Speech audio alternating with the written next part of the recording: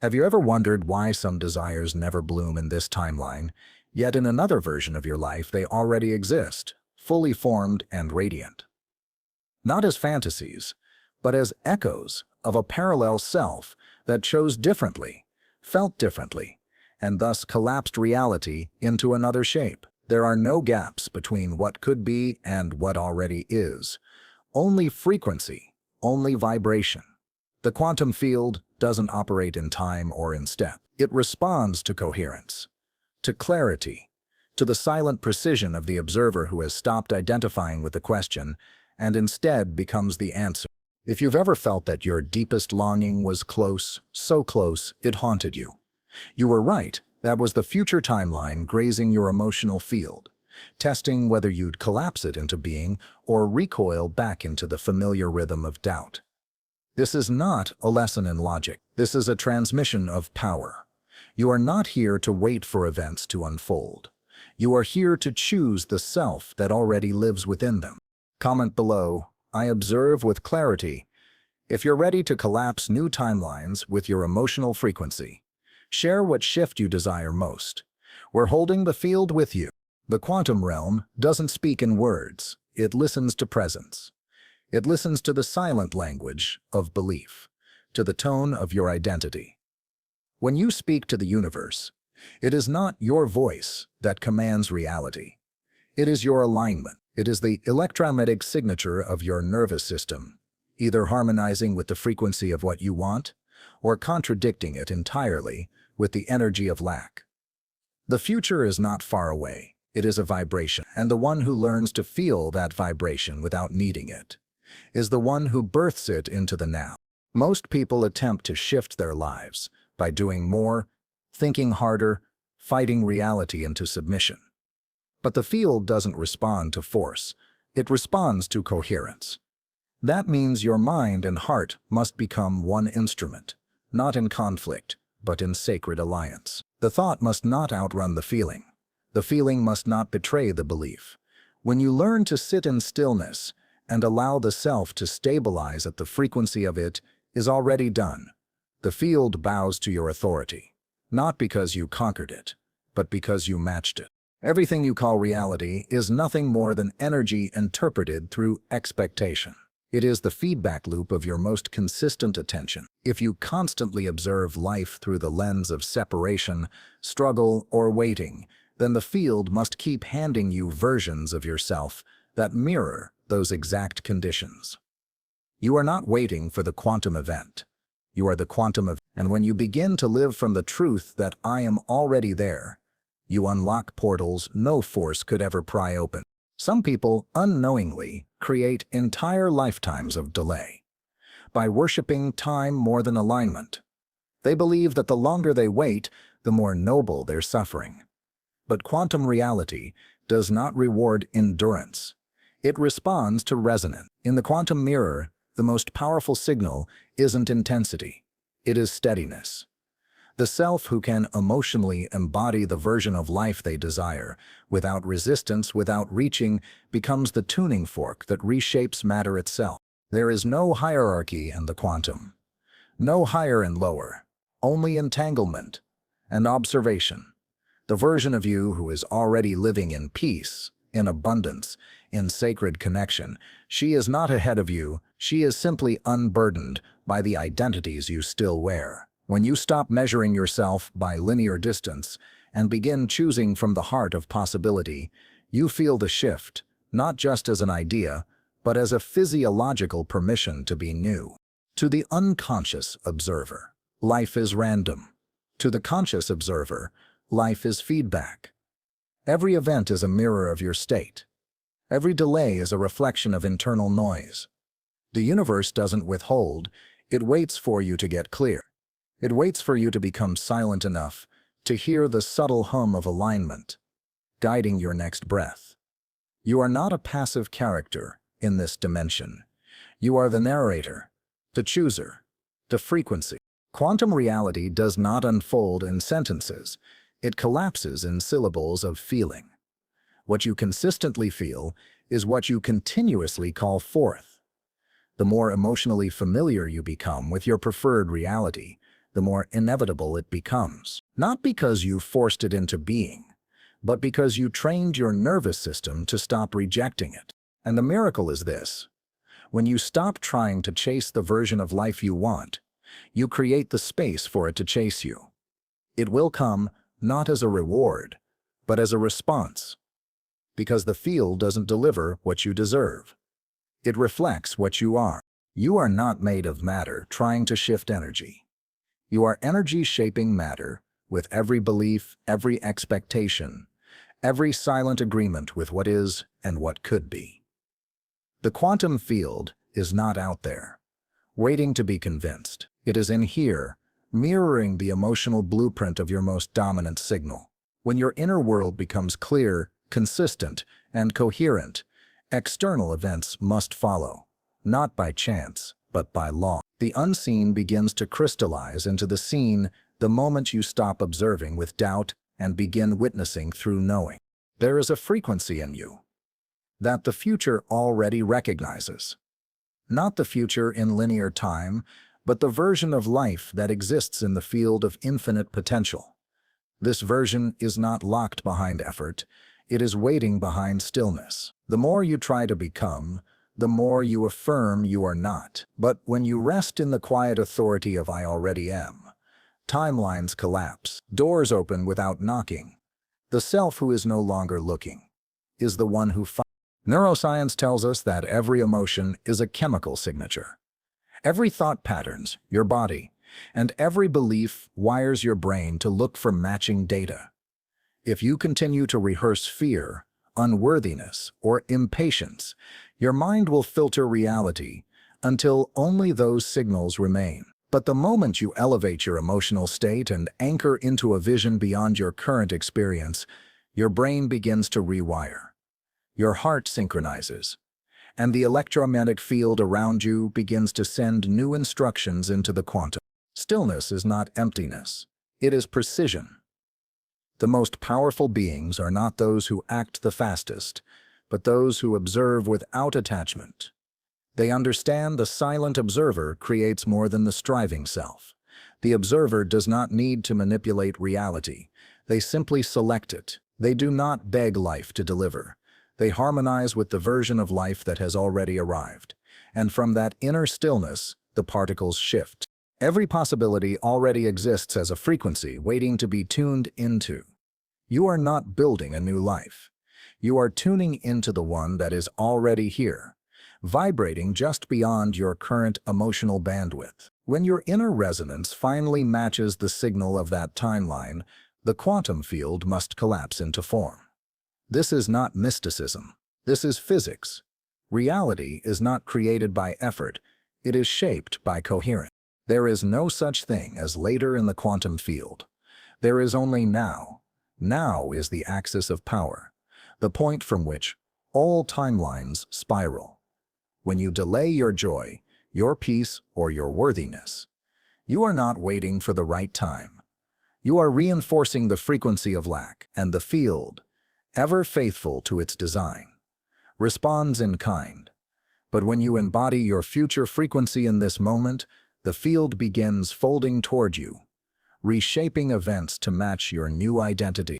The unconscious mind is the gatekeeper of most realities. It is the emotional autopilot, the filter through which 95% of your life is interpreted. If your unconscious believes you are still the abandoned one, the broken one, the unseen one, it will continually collapse versions of life that confirm that identity. But if you become the silent witness who reprograms that identity, not with words but with deep emotional presence, you unlock a field that responds to your becoming. Presence is not just awareness. It is energetic alignment. To be present is to stop leaking your power into timelines of regret or fear. It is to call your energy back from futures that haven't arrived and pasts that no longer live. And in that reclamation, you become powerful, not by force, but by wholeness. The observer who is fully present has no resistance, and therefore no delay. Emotions are not obstacles on the path. They are the path. Every emotion you allow without judgment, becomes a tool of alignment. Sadness is a recalibration. Joy is a signal of congruence. Even frustration, when witnessed without resistance, becomes a doorway back to presence. You are not here to avoid your emotions. You are here to master their frequency so they become instruments, not interruptions. And when that mastery begins, the field responds like a mirror that has finally been cleaned. No distortion, no delay, just reflection. The life you observe with clarity and embodiment becomes the life that observes you back, with events, with synchronicities, with timelines rearranged to fit your frequency. What you call miracles are not exceptions to the rules of reality. They are what happens when the rules are finally understood. A miracle is simply coherence accelerated, a moment where belief, emotion, and energy become indistinguishable. The one who witnesses life through the lens of miracle consciousness no longer waits for the evidence to believe. They believe so deeply, so fully, that the evidence is compelled to appear. The field responds not to hope, but to embodiment. When your nervous system is entrained to a reality that has not yet appeared, the old world may begin to resist. People may question your peace. Events may test your alignment. But this is not chaos. It is recalibration. Every time the old identity is challenged, a window opens to choose again. The discomfort is not punishment. It is the gravitational pull of your old timeline trying to reclaim you. But the observer who no longer identifies with that frequency remains still. And in that stillness, the new world anchors. The body is not separate from consciousness. It is the receiver of your deepest signals. If your thoughts are clear, but your body still trembles with fear or tension, then the field receives mixed instructions. The heart and the mind must sing the same song. When you begin to regulate your nervous system to safety, when you feel worthy of the timeline you envision, the body becomes an instrument of creation. It becomes a transmitter of certainty, not confusion. Quantum events do not unfold from desperation. They unfold from inner readiness. Desperation is a frequency of absence, of disconnection. But when you shift from needing to allowing, from reaching to receiving, the entire field rearranges.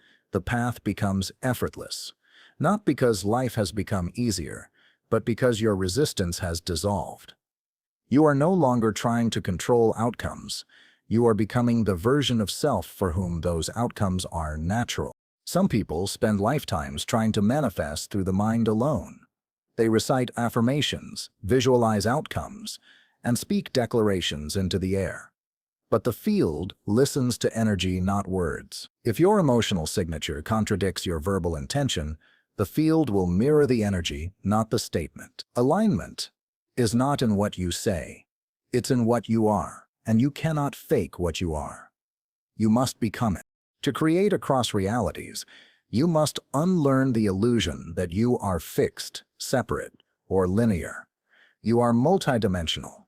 Every version of you already exists. The one who failed, the one who healed, the one who became, the one who collapsed timelines into quantum miracles.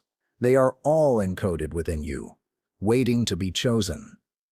The observer selects, not by wishing, but by embodying. And in each moment, you are choosing the version of self that the universe must reflect. There is nothing outside of you that can grant permission to shift. No cosmic gatekeeper, no divine delay. The only thing that decides is your frequency. The universe is not asking if you are good enough. It is asking if you are resonant. Are you living in harmony with the field you say you want? Or are you still leaking energy into doubt, fear, or self-sabotage? The answer is never out there. It is always within the quality of your observation. Stillness is not passive. It is creative. The one who can be still without fear has mastered the field. Stillness is the moment when you stop reacting and begin selecting. It is the space between the old pattern and the new frequency. The breath, where you remember, I do not need to chase. I only need to choose. And when you choose from peace, the entire field becomes your partner in creation. Energy is not something you use, it is something you are. Your vibration is the announcement of your identity. If you say you want love but vibrate in fear, the field will continue to withhold, not because it is cruel, but because it is exact. You cannot attract a frequency you are unwilling to feel. The signal you emit must become your home, not your visitor. You must live there, emotionally, energetically, somatically, until the new reality cannot help but unfold. And this is how quantum events are born, not through control, but through coherence. When the observer becomes stable, surrendered, and precise, the field no longer resists. It yields. It aligns. It becomes what you have always been, waiting only for you to see it clearly enough to call it real. There is a realm just beyond effort, where time loses its grip and reality begins to bend, not in defiance of physics, but in obedience to the deeper laws beneath it. This realm is accessed not through intellect, but through inner stillness. You cannot think your way into it. You must feel your way into it. Align your way into it. Become so vibrationally precise that reality has no choice but to meet you there. That place is not ahead of you. It is here, now, layered within the same space you occupy, but vibrating on a higher frequency of self-awareness.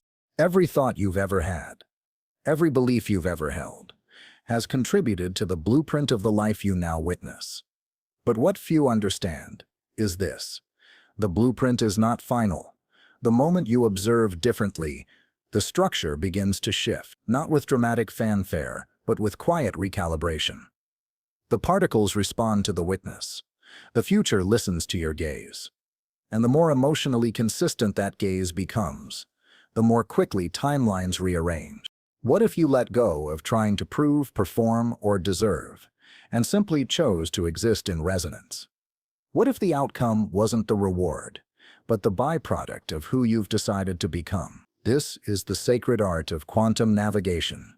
To walk as if the shift has already happened, to speak with the calm certainty of one who has already arrived. Not to pretend, but to embody. Because embodiment is not illusion. It is instruction. When you detach from needing the evidence, and instead align with the emotion, you become a magnetic field of congruence.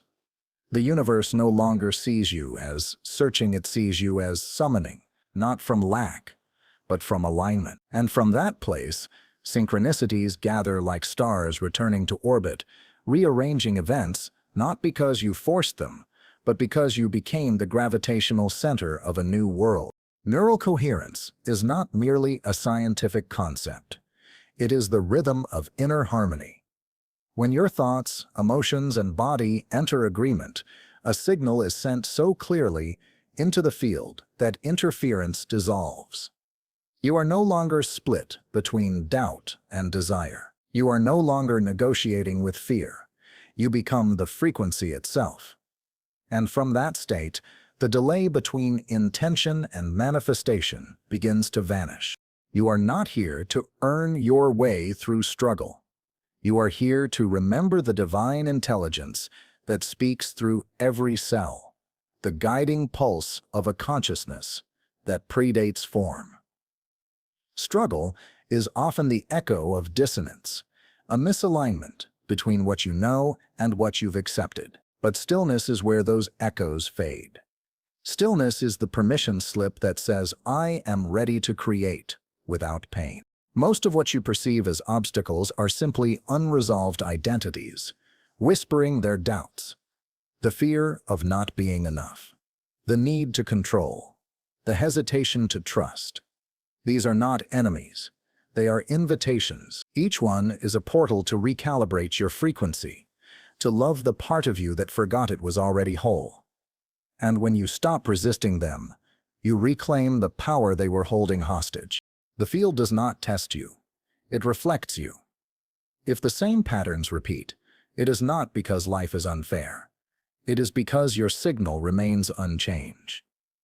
But the moment you shift, Not in words, not in effort, but in being, the field must respond. It cannot do otherwise. The quantum does not reward the righteous. It responds to the resonant, and that means power is never far. It is always as close as your next state of coherence. You are not your past. You are not your projections. You are the observer, timeless and untouched, capable of collapsing infinite versions of reality into one clear experience. The version of you that remembers this becomes unshakable, not because they never feel fear, but because they no longer obey it. They observe it, they love it, and then they choose differently. And so reality begins to shift, not with noise, not with drama, but with subtle, undeniable precision. The people change. The opportunities appear. The peace returns. Not because you fixed the world, but because you aligned your world. The outer followed the inner, as it always does. Creation does not begin with action. It begins with identity. Before you speak, before you move, before anything in the visible world responds, the field has already been instructed by who you believe yourself to be. That belief is not just a thought, it is a vibration that weaves itself through every glance, every breath, every silence. And when the identity is no longer one of lack, but of alignment, the field stops waiting. It delivers. Parallel realities are not distant. They are layered. They exist side by side, whispering possibilities through the veil of emotion. You feel them in moments of déjà vu, in dreams that feel more real than waking life, in the pull toward decisions you can't logically explain. These are not coincidences. These are intersections. The self who already made the leap is trying to remind you that the choice was always yours. And when you act from that knowing, you shift, not forward, but across. The unconscious often clings to the familiar not because it is safe, but because it is rehearsed. Your nervous system may prefer certainty over expansion, even if that certainty is filled with suffering. But when you begin to recondition the body to feel safe in the unknown, something extraordinary occurs. You unlock access to timelines that were once energetically off-limits, not because they were forbidden, but because they were too foreign. Familiarity opens the door. Alignment invites you in. You don't have to understand how it works to know that it does. The mechanics of quantum creation are not for the intellect to master, they are for the soul to remember. You feel it when you drop into presence and time stretches. When you hold a vision and tears rise for no reason, that's coherence speaking. That's the observer merging with the field in real time. And in those moments, you are not becoming. You are revealing. The shift you seek will not happen while you are still waiting for proof. It will happen when your inner world becomes too consistent to ignore, when you no longer collapse into your triggers, when you feel the fear and choose love anyway, when you stop trying to manifest from the mind and start signaling from the soul. That's when events begin to bend. That's when timelines obey. The observer effect teaches that the act of observation changes the behavior of particles. But what few realize is that this is not just science. It is sacred. When you observe your life with expectation, it organizes. When you observe it with fear, it fragments. But when you observe with neutrality, with pure, lucid awareness, the quantum becomes soft, pliable, responsive. In that space, miracles aren't exceptions. They are the new norm. Most people live as reactors, not creators. They wait for life to show them something worth celebrating before they feel joy. But the quantum creator reverses this. They feel joy first. They summon gratitude in the absence of proof. They become a frequency so rare, so radiant, that the universe cannot help but respond with reflection. That's not magic. That's law. You don't need to try harder. You need to surrender deeper. There is a version of you who already exists in peace, in love, in abundance. She is not striving. She is not negotiating with fear. She is sitting in stillness, watching you remember. The moment you stop resisting who you are, you merge with who she is. And suddenly, what you once called a dream becomes your address. The field responds to completion, not longing. It delivers not what you ask for, but what you are congruent with. If you want to live in a new timeline, you must stop arguing for the old one. You must stop rehearsing the identity that belongs to a frequency you no longer wish to inhabit. The version of you that aligns doesn't need to be built, only unveiled. And when you unveil her, the shift is unmistakable. You no longer beg the universe. You become the answer to your own prayer. The world bends. The field aligns. And reality begins to follow the song of your coherence. There is a still point within you that the world cannot touch, a silent axis of truth, where the self that creates and the self that witnesses become one. In that space, you are not reacting to reality. You are shaping it, not through force, but through signal, not through striving, but through saturation. You saturate your being with the feeling of the chosen reality until it no longer feels foreign. It feels like home. You've been told to let go, but letting go is not the absence of desire.